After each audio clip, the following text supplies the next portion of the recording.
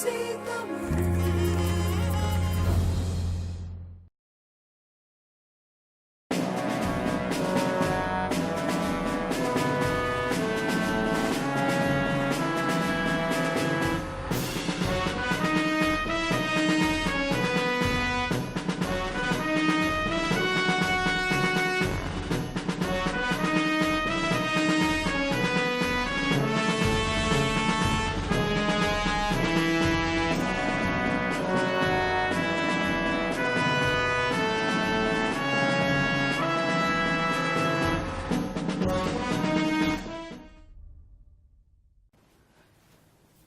நேயர்களே, மற்றொரு நிகழ்ச்சியோட சந்திக்கிறோம். ஏற்கனவே கூறியது போல கடந்த ஜூன் மாதம் இலங்கை தமிழர்களை பொறுத்தவரையிலும் பிரித்தானியாவில் வாழக்கூடிய அனைத்து மக்களை பொறுத்தவரையிலும் முக்கியமான மாதமாக அமைந்திருந்தது. குறிப்பாக உங்களுக்கு தெரியும், ஐநா மனித உரிமை பேரவையில் கடந்த 13ஆம் தேதி தொடக்கம் ஜூலை 1ஆம் தேதி இன்று வரைக்கும் இடம்பெற்ற அந்த 32வது மனித உரிமை பேரவையின் 32வது கூட்டத்தொடரின் போது உங்களுக்கு தெரியும், இலங்கை மீதான ஒரு வாய்மூல அறிக்கையை ஐநா மனித உரிமை விவஸ்தானிகர் ஜெயித் ராத்தல் உசைன் அவர்கள் முன்வைத்திருந்தார். இந்த அறிக்கையினை தொடர்ந்து இலங்கை அரசாங்கமும் இதுவரை அந்த ஐநா தீர்மானத்தை எந்த அளவுக்கு நிறைவேற்றியிருந்தது என்பது தொடர்பாக ஒரு வாய்மூல அறிக்கையை வைத்திருந்தது. இந்த அறிக்கையில் சில அம்சங்கள் திருப்தி அளிப்பதாக ஐநா மனித உரிமை விவசாயிகள் தெரிவித்திருந்தார்.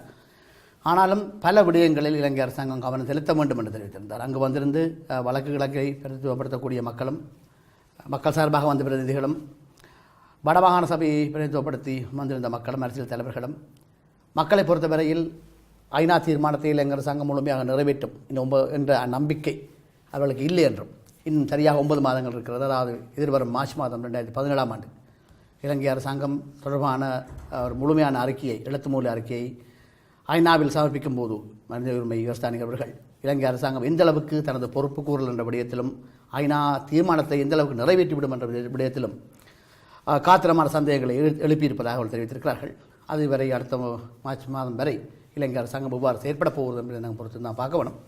அதேபோல் கடந்த ஜூன் 23ஆம் தேதி அன்று பிரித்தானிய மக்கள் ஐரோப்பிய ஒன்றியத்திலிருந்து தொடர்ந்தும் பிரித்தானியா இணைந்திருக்க வேண்டுமா அல்லது விலக வேண்டுமா என்ற தொடர்பாக ஒரு கருத்து கணிப்பு வாக்கெடுப்புக்கு பிரித்தானிய மக்கள் முகம் கொடுத்திருந்தார்கள். சுமார் 73% மக்கள், வாக்களிக்கும் சனத்தொகையில் 73% மக்கள் அது சென்று வாக்களித்திருந்தார்கள். அந்த வாக்களிப்பில் 52% மக்கள் பிரித்தானியா ஐரோப்பிய ஒன்றியத்திலிருந்து விலக வேண்டும் என்று வாக்களித்திருக்கிறார்கள். 48% மக்கள் தொடர்ந்து இருக்க வேண்டும் என்று வாக்களித்திருந்தார்கள். ஆகவே ஒட்டுமொத்தத்தில் பிரித்தானியா விலக வேண்டும் என்ற நிலை இப்போது உருவாகி இருக்கிறது. இது பிரித்தானியாவில் மட்டுமல்ல, உலகளாவிய ரீதியில் பாரிய அதிர்வலைகளை ஏற்படுத்தி இருக்கிறது. இதற்கு முன் இடம்பெற்ற புது வெளிச்ச நிகழ்ச்சியில் அது குறித்து தினேஷ் அவர்கள் மிகவும் விலாவாரியாக அதனுடைய விளைவுகள் குறித்து கலந்துரையாடியிருந்தார்.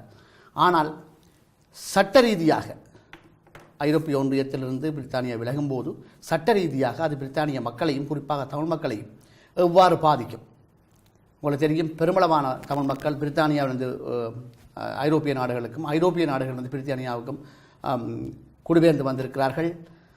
வர்த்தக நடவடிக்கைகளில் ஈடுபட்டிருக்கிறார்கள், முதலீடு செய்திருக்கிறார்கள், திருமணங்களை புரிந்து இங்கு 2 குடியுரிமைகளை கொண்டு வரலாக இருக்கிறார்கள். ஆக இந்த இடத்தில் அவர்களுடைய எதிர்காலத்தில் சட்டம் பிரித்தானியா ஐரோப்பிய ஒன்றியத்திலிருந்து வெளியேறினால் சட்ட ரீதியான இவ்வாறான சிக்கல்களை முகம் கொடுக்கும் என்பது போன்ற விடயங்களை என்று கலந்துரையாடுவதற்காக நம்முடன் சிரேஷ்ட சட்ட வல்லுநர் பரிசர் கணநாதன் அவர்கள், அருண் கணநாதன் அவர்கள் இணைந்திருக்கிறார். நீங்களும் இந்த நிகழ்ச்சியில் இணைந்து கொண்டு உங்களுடைய பிரச்சனைகளை முன்வைக்கலாம். அழைக்க வேண்டிய தொலைபேசி இலக்கங்கள் உங்களுக்கு தொலைக்காட்சிகளில் நீங்கள் கண்டுகொள்ளலாம். கணா, தேங்க்ஸ் ஃபார் ஜாயினிங் அஸ். வணக்கம். கண்ணா, சொல்லுங்கள், மிகவும் ஆழமாக எதிர்பார்க்கப்பட்டிருந்த, ஆவலுடன் எதிர்பார்க்கப்பட்டிருந்த பிரித்தானிய தேர்தல் கருத்து கணிப்பு வாக்கெடுப்பு நிறைவு பெற்றிருக்கிறது. இதனுடைய வெளிப்பாடு கொடுத்து உங்களுடைய அபிப்பிராயம் என்ன? அதாவது இது ஒரு 30 வருடத்துக்கு பிறகு நடைபெற்ற ஒரு சர்வசன வாக்கெடுப்பு. இது எவ்வளவு தூரம் பிரித்தானிய சட்டத்தை பாதிக்கப் போகின்றது, முக்கியமாக கான்ஸ்டிடியூஷனல் லோ என்று கூறுவார்கள். அரசியல் அமைப்பு சட்டம் என்பது பிரித்தானியாவில் அன்ரிட்டன் கான்ஸ்டிடியூஷனாகத்தான் இருக்கின்றது. எழுதிய ஒரு அரசியல் அமைப்பு என்பது இல்லை. அந்த சூழ்நிலையில் இந்த மக்களுடைய தீர்ப்பு என்பது எவ்வளவு தூரம் இங்கு ஏற்கனவே அமுல்படுத்தப்பட்டிருக்கின்ற சட்டங்களை பாதிக்கும் என்ற விவாதம் சட்டத்தரணிகள் ஊடாக இடையேயும் கான்ஸ்டிடியூஷனல் எக்ஸ்பர்ட்ஸ் இடையேயும் ஆரம்பித்திருக்கின்றது. அந்த நிலையில் பல்வேறு விதமான கருத்துக்கள் சட்டத்தரணிகளிடமும் சட்ட வல்லுநர்களிடமும் பரவி வருகின்றது. அப்படியான ஒரு சூழ்நிலையைத்தான் நாங்கள் இன்று சந்திக்கின்றோம். மக்கள் தமிழர்கள் உள்ளிட்ட இங்கு வாழக்கூடிய மக்கள் பிரித்தானியாவிலிருந்து பிரித்தானியா ஐரோப்பிய ஒன்றியத்திலிருந்து விலகும் என்று வாக்களித்திருக்கிறார்கள். இந்த பிரித்தானியா ஐரோப்பிய ஒன்றியத்திலிருந்து விலகினால் எவ்வாறான விளைவுகளுக்கு அவர்கள் முகம் கொடுக்க வேண்டி வரும் என்று அரசியல் தலைவர்கள் பிரதமர் டேவிட் கமரன் உட்பட இந்த இந்த கருத்துக்கு வாக்கெடுப்புக்கு உத்தரவிட்ட தேர்தல் காலங்களின் போது அதுக்கு அதாவது அந்த தேர்தல் பிரச்சாரங்களின் போது அவர் 2வது முறை பிரதமராக தேர்ந்தெடுக்கப்பட்ட போது அடுத்த முறை நான் தெரிவு செய்யப்பட்டால் ஒரு பிரித்தானியாவிலிருந்து ஐரோப்பிய ஒன்றியத்திலிருந்து பிரித்தானியாவிலிருந்து இருக்க வேண்டுமா இல்லையா என்ற ஒரு கருத்து கணிப்பை வைப்பேன் என்று வாக்குறுதியை வழங்கியிருந்தார். மக்கள் அவரை தெரிவு செய்திருந்தார்கள். தான் கொடுத்த வாக்குறுதிக்கு ஏற்ப அந்த அந்த அந்த தேர்தலை அவர் நடத்தியிருந்தார். அவர் கூட இந்த பிரித்தானியாவிலிருந்து ஐரோப்பிய ஒன்றியத்திலிருந்து பிரித்தானியா வெளியேறினால் நிச்சயமாக பிரித்தானியா பாரதூரமான பாதிப்புகளை சந்திக்கும் என்று தெரிவித்திருந்தார். இதுக்குள் அதாவது ஆளும் கன்சர்வேட்டிவ் கட்சிக்குள் இது பல வேறுபாடுகளை ஏற்படுத்தியிருந்தது. தொழிற்கட்சி கூட இதுக்கு ஆதரவாக அதாவது பிரித்தானியா தொடர்ந்து ஐரோப்பிய ஒன்றில் தங்கியிருக்க வேண்டும் என்று அவர்கள் தேர்தல் பிரச்சாரத்தில் ஈடுபட்டிருந்தார்கள். ஆனால் இப்போது தலைமைகளுக்கும் குழப்பம் ஏற்பட்டிருக்கிறது. இந்த விடயத்தில் பிரதமர் எடுத்த முடிவு சரியானதா? ஆம், பிரதமர் அரசியல் ரீதியாக அவருடைய கட்சிக்குள் இருக்கின்ற அழுத்தம் காரணமாக அந்த ஒரு முடிவுக்கு வந்தார். அதாவது பல காலமாக ஒரு கனகாலம் இந்த யூரோப்பியன் யூனியனுக்குள்ள பிரித்தானியா சேர்ந்ததிலிருந்தே கன்சர்வேட்டிவ் பார்ட்டிக்கு இடையில் பலத்த கருத்து மோதல் இருந்து வந்து கொண்டிருந்தது. தாங்கள் தொடர்ந்து இந்த யூரோப்பியன் யூனியனில் இருக்க வேண்டுமா இல்லையாண்டு. ஆகவே அங்கு பதவி போட்டிகளும் உட்பூசல்களும் இந்த ஒரு கருத்து வேற்றுமையாலே மிகவும் பல கோணங்களில் பூதாகரமாக இருந்து கொண்டிருந்தது. அந்த சூழ்நிலையில் தான் அவர் இந்த தன்னுடைய தேர்தல் விஞ்ஞாபனத்தில் எலெக்ஷன் மேனிஃபெஸ்டோவில் இப்படியான ஒரு ரெஃபரண்டம் உண்டு, கருத்து கணிப்பு அல்லது சர்வசன வாக்கெடுப்பு. அந்த வாக்களிப்பில் மக்கள் வெளியேறும் என்று வாக்களித்தால் பிரித்தானியா மிக மோசமான பொருளாதார விளைவுகளை சந்திக்கும் என்று அவர் எச்சரித்திருந்தார். அந்த எச்சரிப்பின் பின்னர் கூட மக்கள் அதுக்கு வெளியேற வேண்டும் என்று தான் வாக்களித்திருக்கிறார். அதற்கு பல காரணங்கள் கூறுகின்றார்கள். ஒன்று இங்கு குடியேறிகள் இமிகிரன்ஸ் அதிகம் வருவதனால் அது மக்களிடையே சரியான ஏமாற்றத்தையும் கோபத்தையும் ஏற்படுத்தி இருந்தது என்றும், மற்றது ஒரு எதிர்ப்பு வாக்காகவும் இதை பார்க்கின்றார்கள், ஒரு ப்ரோட்டஸ்ட் ஓட்டாக. ஆகவே அதுவும் ஒரு காரணமாக இருந்தது என்று கூறுகின்றார்கள். இப்படி பல காரணிகள் இருப்பினும் அரசியல் பொருளாதார கருத்துக்கள் மிகவும் வேறுபட்டிருந்தது, பிளவுபட்டிருந்தது. ஒரு குழுமமான நிபுணர்கள் பிரித்தானியா யூரோப்பியன் யூனியனிலிருந்து வெளிக்கிடுவதனால் பல பொருளாதார நன்மைகள் இருக்கின்றன என்று வாதிட்டிருந்தார்கள். அதே நேரம் மிகவும் மக்களிடையே மதிக்கப்படுகின்ற பல அரசியல் தலைவர்கள் இதனால் பல பாதிப்புகள் வரும் என்று வாதாடியிருந்தார்கள். எனினும் மக்களுக்கு இந்த நேரத்தில் இங்கு பிரித்தானியாவில் பொருளாதார சரிவு ஏற்பட்டிருக்கின்ற ஒரு காலகட்டத்தில் மற்றது இந்த பப்ளிக் சர்வீசஸ் மிகவும் பொது சேவைகள் இந்த பொருளாதார தாக்கத்தினால் சரிவினால் எத்தனையோ பிரச்சனைகளை சந்தித்து கொண்டிருக்கின்ற இந்த தருணத்தில் இந்த பொது வாக்கெடுப்பின் நடத்தினதால தான் இப்படியான ஒரு முடிவு வந்திருக்கின்றது என்பதுதான் பல அரசியல் அவதானிகளுடைய கருத்தாக இருக்கின்றது. ஆனால் இப்போது இந்த தேர்தலின் முடிவின் பிரகாரம் சிலர் திரும்ப ஒரு கருத்து கணிப்பு வாக்கெடுப்பை திரும்ப வைக்க வேண்டும். ஏற்கனவே வாக்களித்தவர்கள் கூட தாம் தவறாக வாக்களித்து விட்டோம் அல்லது வாக்களிப்பதை எண்ணி நாங்கள் மறந்துகிறோம், இவ்வாறான ஒரு அதிர்வலைகளை இது ஏற்படுத்தும் என்று யாரும் எதிர்பார்க்கவில்லை. உலகத் தலைவர்கள் கூட பராக் ஒபாமா ஜனாதிபதி கூட அமெரிக்க ஜனாதிபதி கூட இதுக்கு எதிரான கருத்துக்களை முன்வைத்திருந்தார். ஆகவே இந்த கட்டத்தில் பாராளுமன்றத்தில் அந்த தேர்தலுக்கு பிறகு உரையாற்றிய டேவிட் கமரன் அவர்கள் சில கருத்துக்களை முன்வைத்திருந்தார்.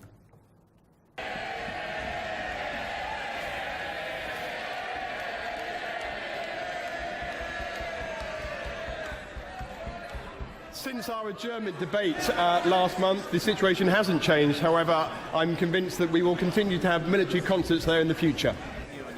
And Clwyd! Exactly what action is the government taking? Order. Statement. The Prime Minister. Thank you, Mr. Speaker. With permission, Mr. Speaker, I'd like to make a statement on the result of the EU referendum. Mr. Speaker, the British people have voted to leave the European Union. It was not the result I wanted, nor the outcome that I believe is best for the country I love. But there can be no doubt about the result. Of course, I don't take back what I said about the risks. It is going to be difficult. We've already seen that there are going to be adjustments within our economy, complex constitutional issues, and challenging new negotiation to undertake with Europe. But I am clear, and the Cabinet agreed this morning, that the decision must be accepted and the process of implementing the decision in the best possible way must now begin. At the same time, Mr. Speaker, we have a fundamental responsibility to bring our country together. In the past few days, Mr. Speaker, tomorrow I'll attend the European Council. In the last few days, I've spoken to Chancellor Merkel, President Hollande, and a number of other European leaders. We've discussed the need to prepare for the negotiations, and in particular the fact that the British government will not be triggering Article 50 at this stage. Before we do that, we need to determine the kind of relationship we want with the EU. And that is rightly something for the next Prime Minister and their Cabinet to decide.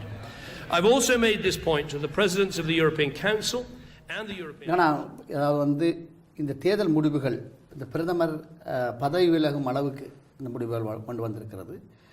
அரசியல் ரீதியாக இது மிச்சப்படக்கூடிய முடிவாக இருந்தாலும் சரி, முடிவாக இருக்கின்ற போதிலும் பொதுப்படையாக அது பார்க்கப்படுகிறது பொது வழியில். ஆனால் ஒரு தாண்டு கொண்டிருக்கும் கப்பலிருந்து இவர் தப்பிக்க முன்பதாக சிலர் குற்றம் சாட்டுகிறார்கள்.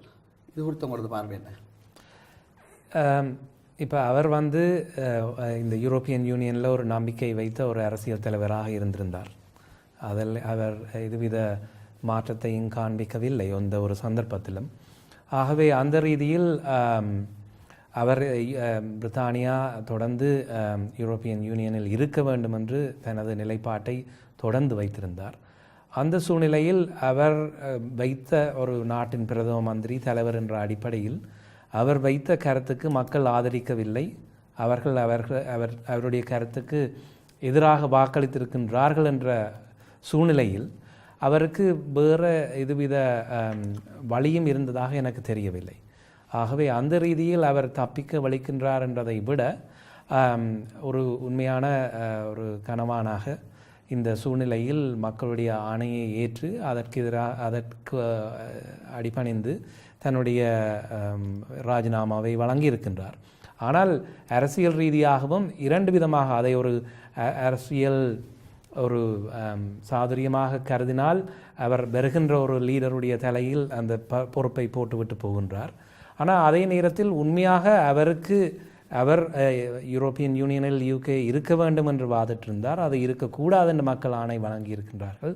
அந்த ரீதியில் அவர் சரியாக மக்களுடைய சார்பில் இந்த தங்களுடைய பிரித்தானியாவுடைய நலன் கருதி ஒரு புதிய ஒரு அக்ரிமெண்ட்டை நெகோஷியேட் பண்ணுவார் என்ற எதிர்பார்ப்பு மக்களிடத்தில் இருக்குமா என்ற ஒரு கேள்விக்குறி இருக்கின்றது. அந்த மக்களுடைய நம்பிக்கை கான்ஃபிடன்ஸ் இல்லாத பொழுது அவருக்கு அதை நெகோஷியேட் பண்ணக்கூடிய அதிகாரமும் அற்றுப்போகின்றது. அந்த சூழ்நிலையில் அவர் ராஜினாமா செய்ததும் சரியாக தெரிகின்றது. அந்த நெகோசியேஷன்ஸை வருகின்ற ஒரு லீடர் தான் தீர்மானிக்க வேண்டும் என்று எடுத்த முடிவும் சரியாகத்தான் என்னால் பார்க்கக்கூடியதாக இருக்கின்றது. ஆனால் உங்களுக்கு தெரியும், நீங்கள் இந்த குறிப்பாக குடிவரவு குடியகல்வு விடயங்களில் நிபுணத்துவம் பெற்றவர், அது தொடர்பான சட்ட ஆலோசகராகவும் இருக்கிறீர்கள், சட்ட நிபுணராகவும் இருக்கிறீர்கள். ஹோம் செக்ரட்டரி உள்நாட்டு அமைச்சர் தெரேசா மே அம்மையார் அவர்கள் அவர் அநேகமாக அடுத்த பிரதமருக்கான வரக்கூடியதான வாய்ப்புகள் இருக்கிறது. அதில் அவர் பங்கேற்றுக் கொள்கிறார். அவர் அந்த தேர்தலுக்கு முன்பதாக, அதாவது கருத்து கணிப்பு வாக்கெடுப்பு இடம்பெறுவதற்கு முன்பதாக ஐரோப்பிய ஒன்றியத்திலிருந்து குறிப்பாக அந்த மனதுரிமை சாசனத்தில் ஐரோப்பிய ஒன்றியத்திற்கு இல்லை பிரித்தானியா கட்டுப்படக்கூடாது என்ற கருத்தை முன்பத்து வந்தார். ஆனால் தேர்தலின் பின்பர் குறிப்பாக அந்த பிரதமர் பதவிக்கான போட்டியில் தானும் ஈடுபடுவேன் என்று தெரிவித்ததன் பின்னர் அந்த கூட்டிலிருந்து அவர் பின்வாங்கி இருக்கிறார். ஒரு ஒரு சட்டத்தரணி என்ற வகையில் நீங்கள் எவ்வாறு பார்க்குறீர்கள்? ஆம், அதில் ஒரு நுட்பமான ஒரு விடயத்தை நாங்கள் பார்க்க வேண்டும். இந்த யூரோப்பியன் யூனியன் வேறு, European convention on human rights என்பது வேறு. அது ரெண்டையும் பொதுவாக பல அவதானிகள், பத்திரிகையாளர்கள், மக்களிடையே அந்த குழப்பம் இருந்து கொண்டிருக்கின்ற இரண்டும். இதுக்கு முதல் அவர் தெரிவித்த கருத்து நாங்கள் பார்த்துட்டு வருவோம். அவர்களே, Brexit means Brexit. The campaign was fought, the vote was held, turnout was high, and the public gave their verdict. There must be no attempts to remain inside the EU, no attempts to rejoin it through the back door, and no second referendum. The country voted to leave the European Union, and it is the duty of the government and parliament to make sure we do just that. There should be no general election until 2020. There should be a normal autumn statement held in the normal way at the normal time, and no emergency budget. And there should be no decision to invoke Article 50 until the British negotiating strategy is agreed and clear, which means Article 50 should not be invoked before the end of this year. Third, we should make clear that for the foreseeable future, there is absolutely no change in Britain's trading relationships with the EU or other markets. And until a new legal agreement is reached with the EU, which will not happen for some time, the legal status of British nationals living or working in Europe will not change, and neither will the status of EU nationals in Britain. ஆனால் முக்கியமான 3 விடயங்களை தெரிவித்திருக்கார். ஒன்று, எவ்வாறு பிரித்தானியா ஐரோப்பிய ஒன்றியத்திலிருந்து வெளியேறுதன் பின்னர் பிரித்தானியாவுடைய ஐரோப்பிய ஒன்றியத்தின் உறவு எப்படி இருக்க வேண்டும். 2வது, பொருளாதார உடன்படிக்கைகள், வர்த்தக உடன்படிக்கைகள் எவ்வாறு இருக்க வேண்டும் சொல்லியிருக்கார். 3வதாக இந்த சட்ட ரீதியான விடயங்களை தெரிவித்திருக்கிறார். அதாவது பிரித்தானியாவுக்கும் ஐரோப்பிய ஒன்றியத்துக்கும் இடையிலான அந்த சட்ட தொடர்புகள், குடிவரவு குடியரசு தான் முக்கியமான விடயமாக பார்க்கப்பட்டது. அது இப்போதைக்கு அதில் எந்தவித மாற்றங்களும் ஏற்படாது என்று தெரிவித்திருக்கிறார். இந்த கருத்துக்களை புதிய பிரதமர் அமல்படுத்துவாரா? இதில் உள்ள நுணுக்கங்களை பற்றி சொன்ன கூறுகளை. முதலாவதாக, இந்த வாக்கெடுப்பின் பின்னர் எந்த விதமான ஒரு சட்ட மாற்றமும் யூகே ஐக்கிய ராஜ்யத்திலோ அல்லது யூரோப்பியன் யூனியன்லேயோ ஏற்படவில்லை என்று கேட்டால், பிரித்தானியாவினுடைய அரசியல் அமைப்பின் அடிப்படையில் வெறுமன சர்வஜன வாக்கெடுப்பின் அடிப்படையில் ஒரு சட்ட மாற்றத்தை, அதாவது அரசியல் கான்ஸ்டிடியூஷன், அரசியல் அமைப்பு சட்ட மாற்றத்தை ஏற்படுத்த முடியாது. அது பார்லிமெண்ட்டூடாக என்றால் பார்லிமெண்ட் தான் இங்கே சுப்ரீம் என்று கூறுவார்கள். ஆகவே பார்லிமெண்ட் ஊடாக, ஒரு ஆக்ட் ஆஃப் பார்லிமெண்ட் ஊடாகத்தான் அந்த மாற்றத்தை உருவாக்க முடியும். அது ஒரு புறம் இருக்க, மற்றது இப்பொழுது மக்கள் இங்கிருந்து வெளியில் வர வேண்டும் என்று வாக்களித்திருக்கின்றார்கள். இன்னும் அடுத்த படியாக பிரித்தானியா செய்ய வேண்டியது யூரோப்பியன் யூனியனுக்கு உத்தியோகபூர்வமாக அவர்கள் அறிவிக்க வேண்டும். தாங்கள் இந்த ஆர்டிக்கல் 50ஐ ட்ரிகர் பண்ணுகின்றோம், அதில் இருந்து எப்படி எவ்வளவு காலப்பகுதிகள் வழிக்கிடுவது, எப்படியான அரேஞ்ச்மெண்ட்ஸை செய்வது, டிரான்சிஷனல் அரேஞ்ச்மெண்ட்ஸ் என்று கூறுவார்கள். அப்படியான சட்ட மூலங்கள் இவர்கள், அதாவது இந்த தெரேசா மே சொன்ன மாதிரி நெகோஷியேட்டிங் ஸ்ட்ராட்டஜியை அரசியல்வாதிகள் உருவாக்க வேண்டும். எப்படி என்னத்தை இந்த யூரோப்பியன் யூனியனுடன் எப்படியான உறவை பேண போகின்றோம் என்ற ஒரு முடிவுக்கு இங்கு வர வேண்டும். வந்ததன் பின்னர் அதற்கான சட்ட மூலங்களை பிரித்தானிய பாராளுமன்றம் ஊடாகவும் உருவாக்கப்பட வேண்டும்.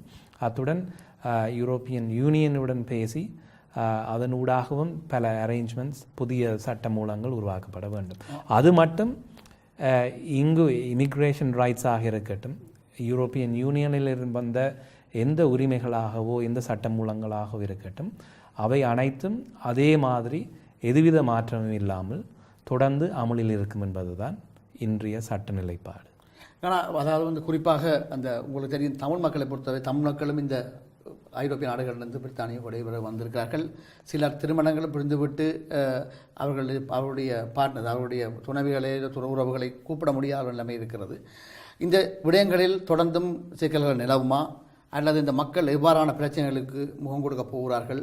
பிரித்தானியா ஐரோப்பிய ஒன்றியத்திலிருந்து இங்கே வந்திருப்பவர்கள், ஒன்றிய நாடுகளிலிருந்து வந்திருப்பவர்கள் சிலர் தொடர்ந்தும் அந்த ஐரோப்பிய நாடுகளுடைய கடவுச்சீட்டுகளை தான் வைத்திருக்கிறார்கள்.